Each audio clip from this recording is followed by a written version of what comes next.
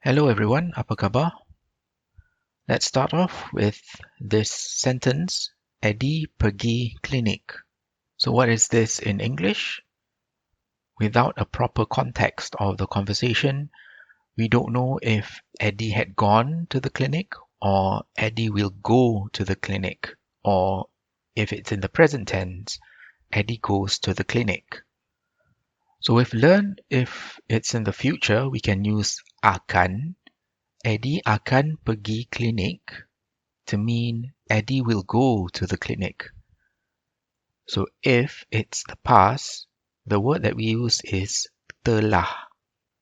Telah. So this changes the whole sentence to mean Eddie went to the clinic. Now, the word telah, similar to akan, is used mainly in a formal setting, not in conversations. The more common word to use in spoken Malay is actually dah or sudah. If we use dah or sudah instead of telah, Eddie dah pergi klinik, it provides an almost similar meaning. Eddie has gone to the clinic, which is a perfect tense. So in both cases, whether it's using telah or dah, it indicates a past happening because dah or sudah is used to indicate something that is completed or already done.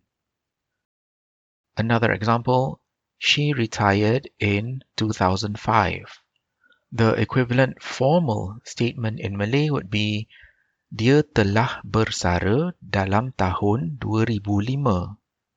Dia telah bersara dalam tahun 2005. So to retire in Malay would be bersara or pencen, which is taken from pensioned.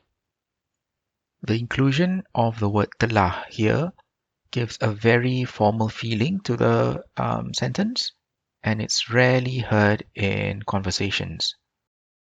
So to say she has already retired, we can use dah. Dia dah bersara. Dia dah bersara, which is slightly different from dia telah bersara, but you probably hear dia dah bersara more used in spoken Malay.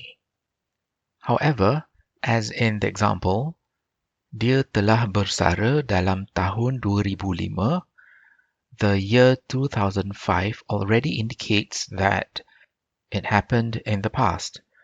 So, even without telah, dia bersara dalam tahun 2005, it doesn't compromise the meaning of the sentence. It still gives the same meaning.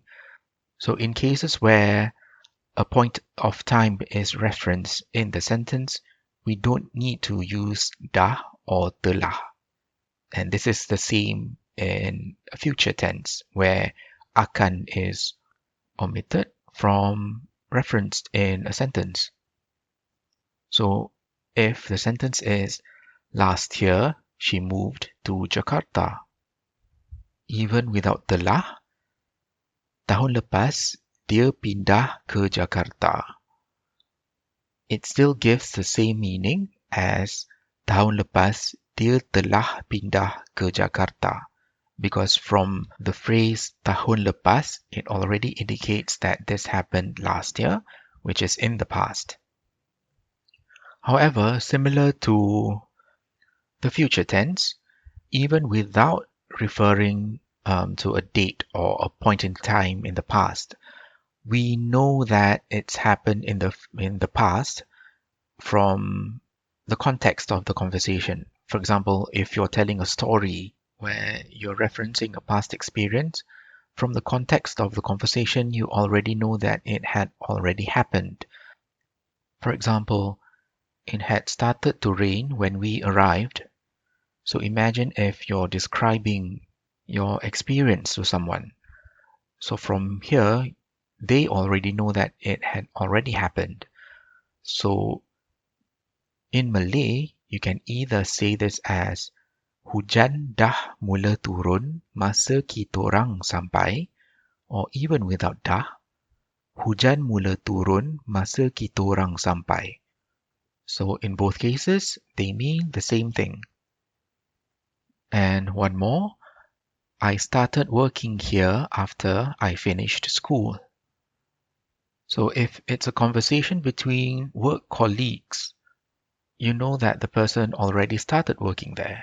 So in Malay, you can keep it simple and just say, saya mula kerja sini lepas saya habis sekolah. Saya mula kerja sini lepas saya habis sekolah. So, in the absence of references or words like tahun lepas, or last year, or dulu, or previously, or in 1946, you need to understand the context of the conversation and the current situation before you know whether the person is talking about the past or talking about the present or the future. Alright, I hope this explains a bit on why we don't have verb conjugations or tenses in Malay. See you in the next video.